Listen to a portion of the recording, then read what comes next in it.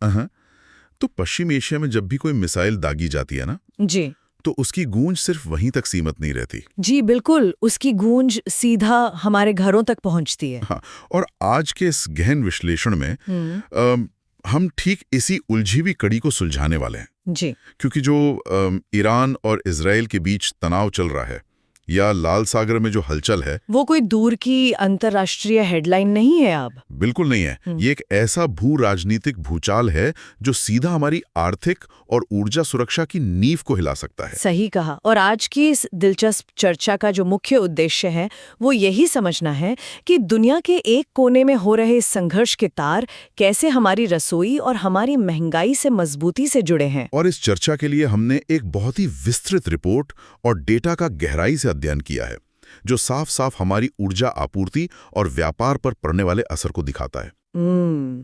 इस पूरे परिदृश्य को समझने के लिए ना हमें युद्ध और कूटनीति का वो पारंपरिक चश्मा उतारना होगा। मतलब सिर्फ सेना और हथियारों से आगे देखना होगा। जी, असली युद्ध आज अर्थशास्त्र, ऊर्जा आपूर्ति और लॉजिस्टिक्स के मोर्चे पर लड़ा जा रहा है। दुनिया का व्यापार एक ऐसी नाजुक डोर से बंधा है जिसमें अगर एक सिरा भी उलझता है तो पूरी वैश्विक व्यवस्था चरमराने लगती है। और भारत के संदर्भ में बात करें तो हमारी स्थिति और भी संवेदनशील है। बहुत संवेदनशील है, क्योंकि हमारे कारखाने, हमारी मशीनरी जिस ईंधन से चलते हैं उसकी चाबी काफी हद तक अस्थिर क्षेत्रों के पास है। ऊर्जा सुरक्षा की इस बात को अगर हम सुनने वालों के लिए रोजमर्रा की जिंदगी से जोड़कर देखें तो तस्वीर बहुत डरावनी हो जाती है। रिपोर्ट के जो आंकड़े हैं वो बताते हैं कि भारत अपनी कुल जरूरत का लगभग 50% कच्चा तेल यानी क्रूड ऑयल आयात करता है। हाँ, आयात करता है।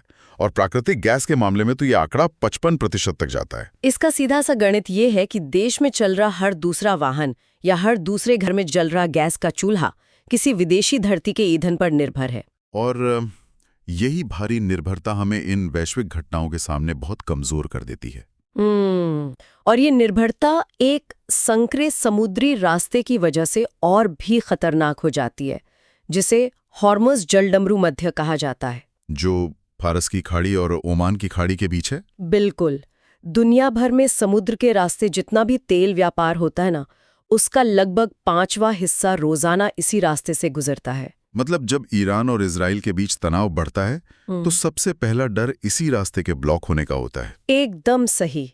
अगर किसी भी वजह से वहां कमर्शियल जहाज़ों पर खतरा बढ़ता है या आवाजाही रुकती है तो भारत की आधी से ज्यादा ऊर्जा सप्लाई चेन उसी पल ठप हो सकती है। और इस भौगोलिक खतरे के साथ एक और दिलचस्प लेकिन चिंताजनक पहलू है कतर का। भारत अपनी कुल लिक्विफाइड नेचुरल गैस यानी एलएनजी का 50% हिस्सा सिर्फ कतर से मंगाता है, जो सप्लाई चेन के लिहाज से एक बहुत बड़ा जोखिम है। बिल्कुल, क्योंकि कतर से आने वाली गैस सिर्फ घरों में खाना पकाने के काम नहीं आती। इसका एक बहुत बड़ा हिस्सा हमारे कृषि क्षेत्र से जुड़ा है। जी, हमारे उर्वरक कारखानों में यूरिया और खाद बनाने के लिए प्राकृतिक गैस सबसे अहम कच्चा माल है। तो अगर कतर से एलएनजी की सप्लाई में कोई अनिश्चितता आई तो सीधा खाद का उत्पादन गिरेगा। और ये समझना जरूरी है कि जब देश में खाद की कमी होगी तो इसका सीधा असर कृषि उत्पादन और अंततः किसानों पर पड़ेगा। और ये असर केवल खेतों तक सीमित नहीं रहेगा। नहीं, बिल्कुल नहीं। गैस सप्लाई टूटने का दूसरा सबसे बड़ा शिकार हमारा बिजली क्षेत्र होता है, क्योंकि हमारे देश में कई पावर प्लांट पूरी तरह प्राकृतिक गैस पर निर्भर हैं। बिल्कुल। अगर पीछे से गैस की सप्लाई चेन टूटती है तो उन प्लांट्स में बिजली उत्पादन रोकना पड़ेगा। मतलब कतर से न निकलने वाला एक एलएनजी जहाज भारत के किसी राज्य में ब्लैकआउट ला सकता है। हाँ, या औद्योगिक कारखानों को बंद कर सकता है। ये एक क्लासिक डोमिनो इफेक्ट है जहां ऊर्जा के एक स्रोत की बाधा खाद के बोरे से लेकर कारखानों और घरों के बल्ब तक सब कुछ प्रभावित करती है। जब हम इस डोमिनो इफेक्ट को देखते हैं ना, तो स्वाभाविक रूप से जहन में एक सवाल आता है कि ऐसे संकट के लिए हमारा प्लान बी क्या है? रणनीतिक तेल भंडार। हाँ, यहीं पर हमारी रणनीतियों का वो हिस्सा सामने आता है जो मेरे लिए एक आहा मोमेंट था। दुनिया के कई देश आपात स्थिति के लिए जमीन के नीचे विशाल गुफाओं में तेल रखते हैं, जिन्हें स्ट्रेटेजिक पेट्रोलियम रिजर्व कहा जाता है। बिल्कुल। भारत ने भी मंगलुरु, विशाखापट्टनम और पाडूर में ऐसे विशाल भंडार बनाए हैं। लेकिन मैं हैरान था ये जानकर कि 140 करोड़ की आबादी वाली इतनी बड़ी अर्थव्यवस्था के लिए ये रिजर्व केवल 7 दिन की घरेलू खपत के लिए पर्याप्त हैं। मैं समझ सकती हूँ, ये 7 दिन का आंकड़ा पहली नजर में बहुत छोटा और चिंताजनक लगता है। बहुत छोटा है। लेकिन इसके पीछे का लॉजिस्टिक्स और अर्थशास्त्र समझना भी जरूरी है।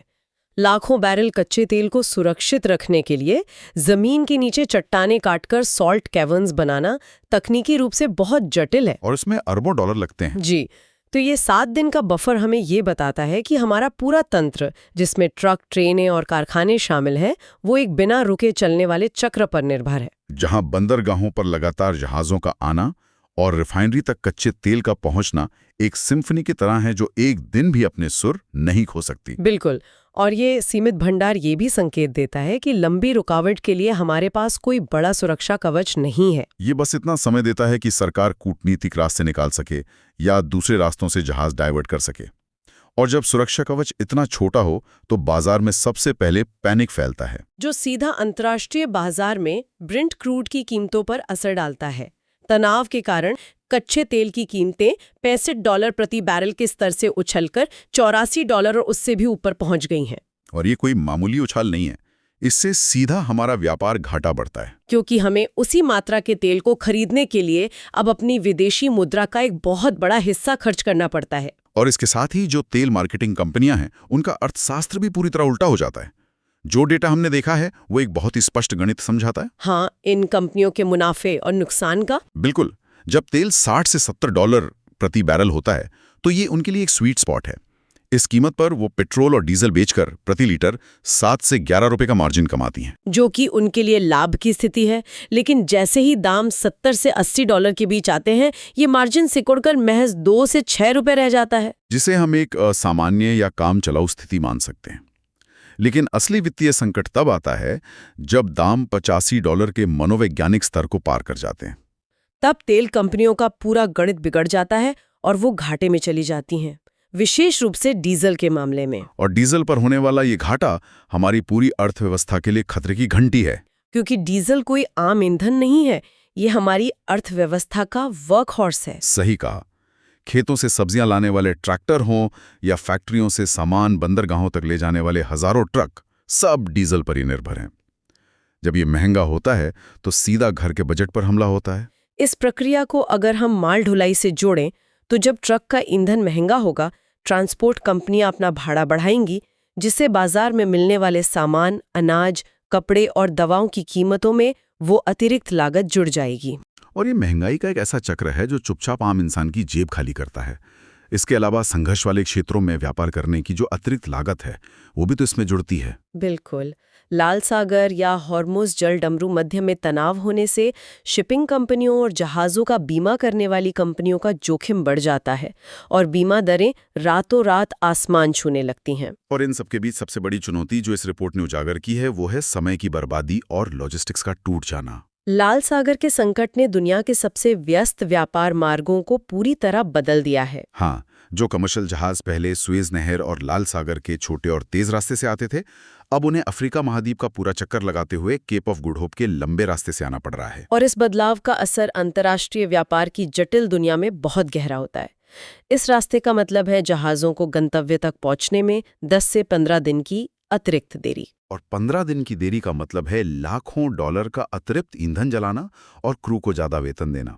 और इससे भी बड़ा संकट है just in time supply chain का पूरी तरह चरमरा जाना। बिल्कुल।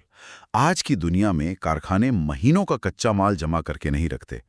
वो इस भरोसे काम करते हैं कि जिस दिन पार्ट्स की जरूरत होगी उसी दिन जहाज बंदरगाह पर पहुंच जाएगा। अगर जहाज 15 दिन लेट हुआ तो किसी कारखाने में कारों का निर्माण रुक सकता है या असेंबली लाइन ठप हो सकती है। और जो खाली कंटेनर समय पर वापस चीन या भारत आने चाहिए थे वो हफ्तों तक समुद्र में फंसे रह जाते हैं, जिससे पूरी दुनिया में कंटेनरों की भारी कमी हो जाती है और शिपिंग की दरें और भी ज्यादा बढ़ जाती हैं। मतलब ये 15 दिन केवल समय की नहीं बल्कि अरबों डॉलर के नुकसान की कहानी बन जाते हैं। तो अगर हम इस पूरी चर्चा को एक बड़े परिप्रेक्ष्य में समेटें तो ये स्पष्ट हो जाता है कि ऊर्जा आयात पर हमारी भारी निर्भरता और कमजोर लॉजिस्टिक्स मिलकर एक ऐसा जाल बनाते हैं जो हमें किसी भी वैश्विक संकट में आसानी से उलझा सकता है। ईरान इजराइल का तनाव हो या लाल सागर का संकट, ये घटनाएं अंततः हमारी महंगाई दर, व्यापार घाटे और औद्योगिक उत्पादन को सीधे तौर पर तय कर रही हैं। आज के इस गहन विश्लेषण ने वाकई कई परतों को खोला है।